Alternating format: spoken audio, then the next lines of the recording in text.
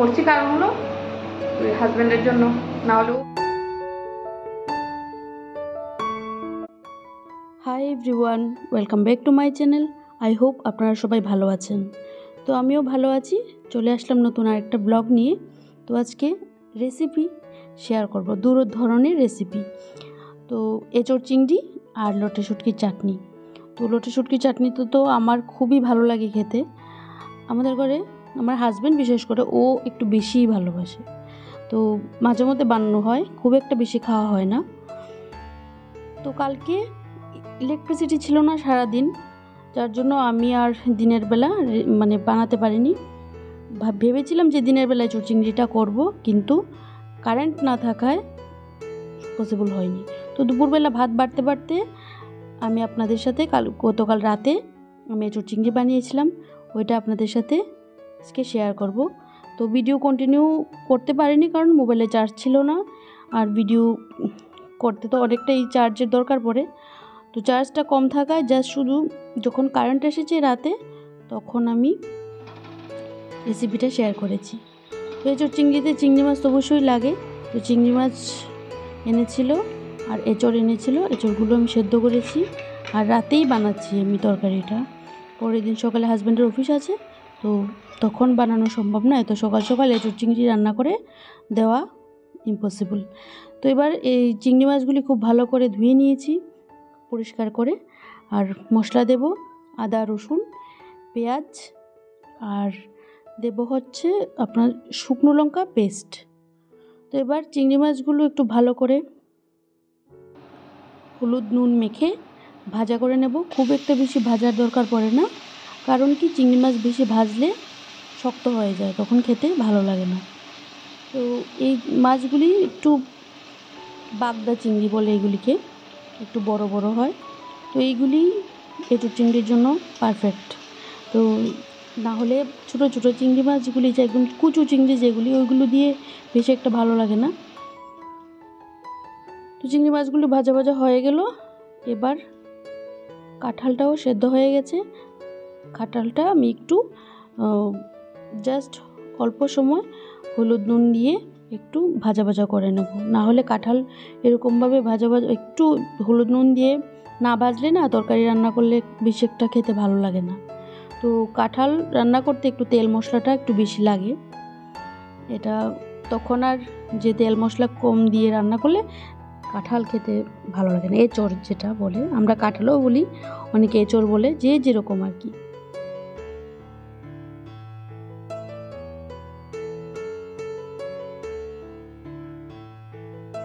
তো মশলাগুলো এবার রেডি করে নেব। নিয়েছি আদা কুচি, রসুন দেব, আর এই যে বাটির মধ্যে শুকনো লঙ্কা নিয়ে সেদ্ধ করেছি, শুকনো লঙ্কাগুলি একটু সময় জলে ফুটিয়েছি। তো এবার কয়েকটা শুকনো লঙ্কা এঁচোড়ে দেব, আর কিছু শুকনো লঙ্কা আমি শুটকির চাটনিতে দেব, লোটে শুটকির চাটনিতে। তো আর কাঁচা লঙ্কা দেব না, কারণ এই শুকনো লঙ্কাগুলি বেশ ঝাল, অনেকটাই ঝাল, তো দরকার নেই। তো এবার দিয়েছি পেঁয়াজ, তারপর দিচ্ছি ধনে গুঁড়ো, এবার দেব জিরে গুঁড়ো পরিমাণ মতো। তো একটু বেশি কাঁঠালগুলি একটু বেশি, তার জন্য কুকারে আমি সিটি দিতে পারিনি, আমি কড়াইয়ের মধ্যে সিদ্ধ করেছি। তো দিয়েছি অল্প একটু কাশ্মীরি মরিচের গুঁড়া, জাস্ট কালারের জন্য, কালারটা সুন্দর হবে, আর ঝালের জন্য তো শুকনো লঙ্কা দিয়েছি।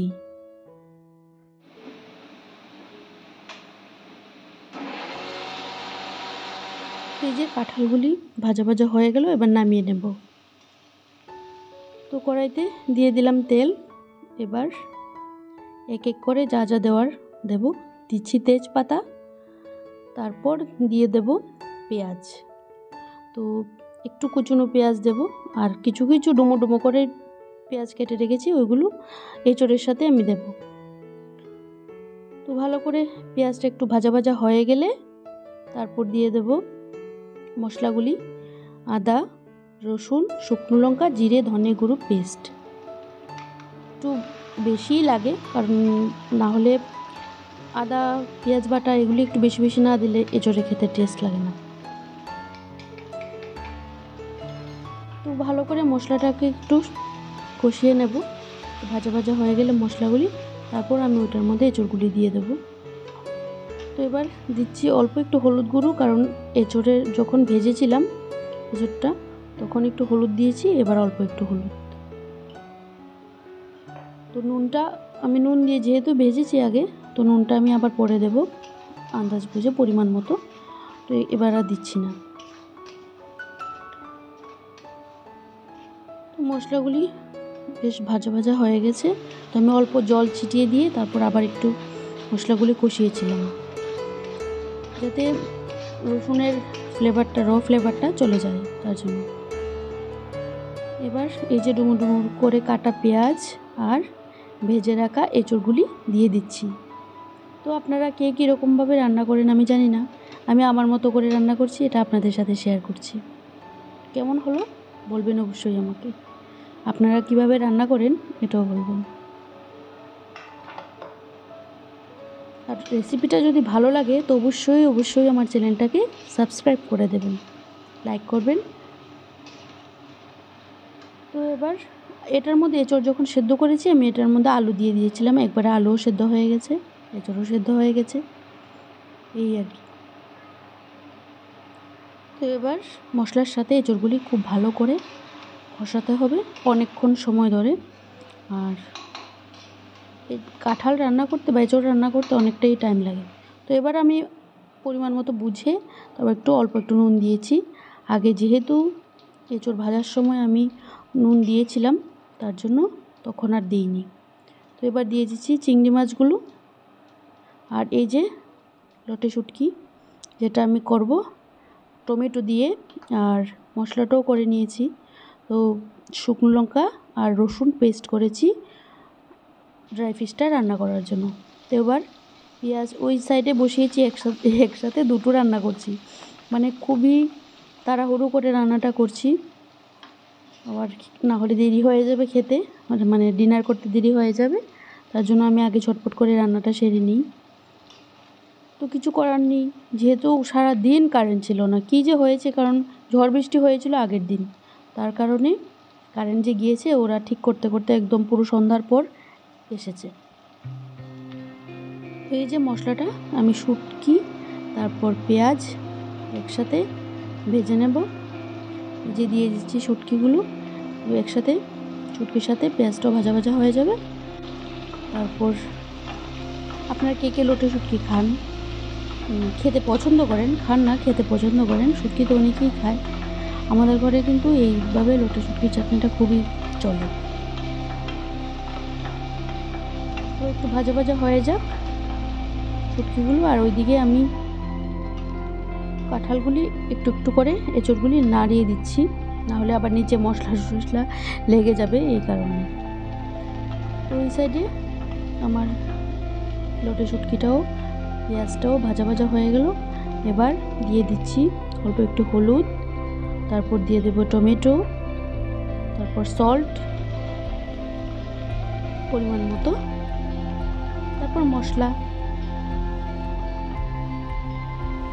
তো সব কিছু একটু ভালো করে, এটার মধ্যে কোনোই আমি জল দেব না, এই মশলার সাথে টমেটোর যে জলটা বেরোবে, মশলার যে জলটা আছে ওইটা দিয়েই পুরো চাটনিটা আমার হয়ে যাবে। ওইদিকে কাঁঠালটা একটু পরপর আমি নাড়া দিচ্ছি, নাহলে নিচে লেগে যায় যদি, তো পুরো তরকারির টেস্ট নষ্ট হয়ে যাবে। একটু ঢেকে দিলাম। এই যে চাটনিটা হচ্ছে, টমেটোগুলো একটু একটু করে গলে যাচ্ছে।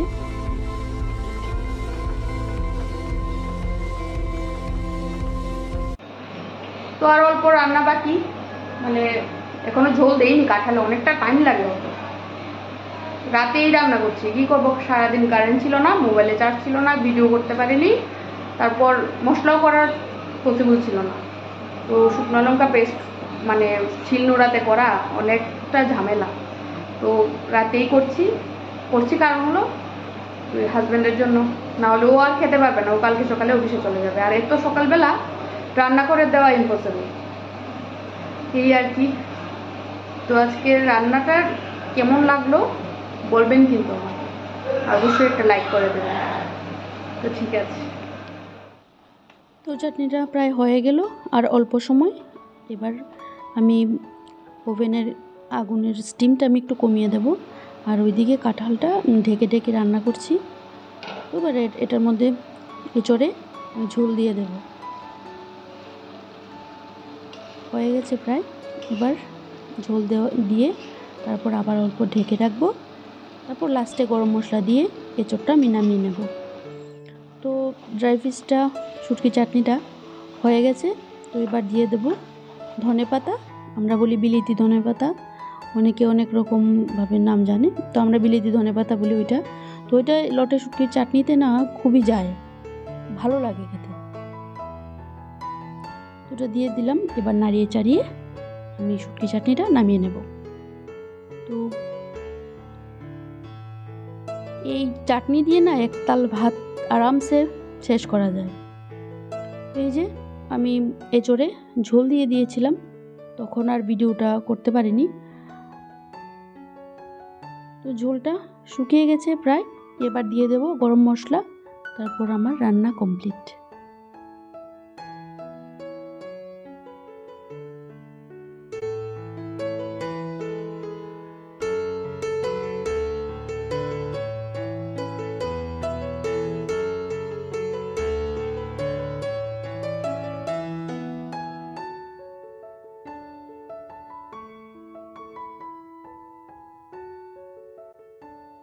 তো গরম মশলা দেওয়ার পর একটু ভালো করে নাড়িয়ে চাড়িয়ে আমি গ্যাস ওভেনটা বন্ধ করে দেব। শেষ।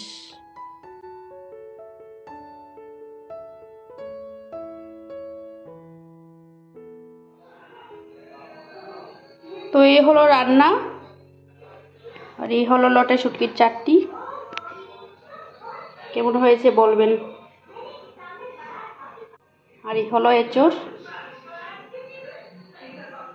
চিংড়ি। তো এবার খাওয়া দাওয়া করব, ডিনার করব। তো আজকে ডিনারে রুটি টুটি হবে না, ভাতই খাবো, কারণ এঁচড় চিংড়ি দিয়ে রুটি দিয়ে খাওয়া হবে না, ভাতই খেতে হবে। তো ঠিক আছে, ভাত টাত খাই। তো রাত হয়ে গেল, আমার ডিনার টিনার আমরা করে নিয়েছি। এবার ঘুমাতে যাব। আর এখন বাজে 11:30। তো কেমন লাগলো রেসিপিগুলো? আশা করি ভালোই লেগেছে। আর কে কে শুটকি মাছ খেতে ভালোবাসেন, বিশেষ করে লটে শুটকির এরকমভাবে চাটনি করলে খুব টেস্ট লাগে খেতে। লটে মাছও এরকমভাবে করা যায়, টেস্ট হয়, আমি খেয়েছি রান্না করে। তো ভালো লাগলে ভিডিওটাকে অবশ্যই লাইক দিয়ে দেবেন, সাবস্ক্রাইব করবেন, আমার সঙ্গে থাকবেন, পাশে থাকবেন। তো ঠিক আছে, আবার দেখা হচ্ছে নতুন একটা ভিডিওতে। Tata, bye bye, good night সবাইকে।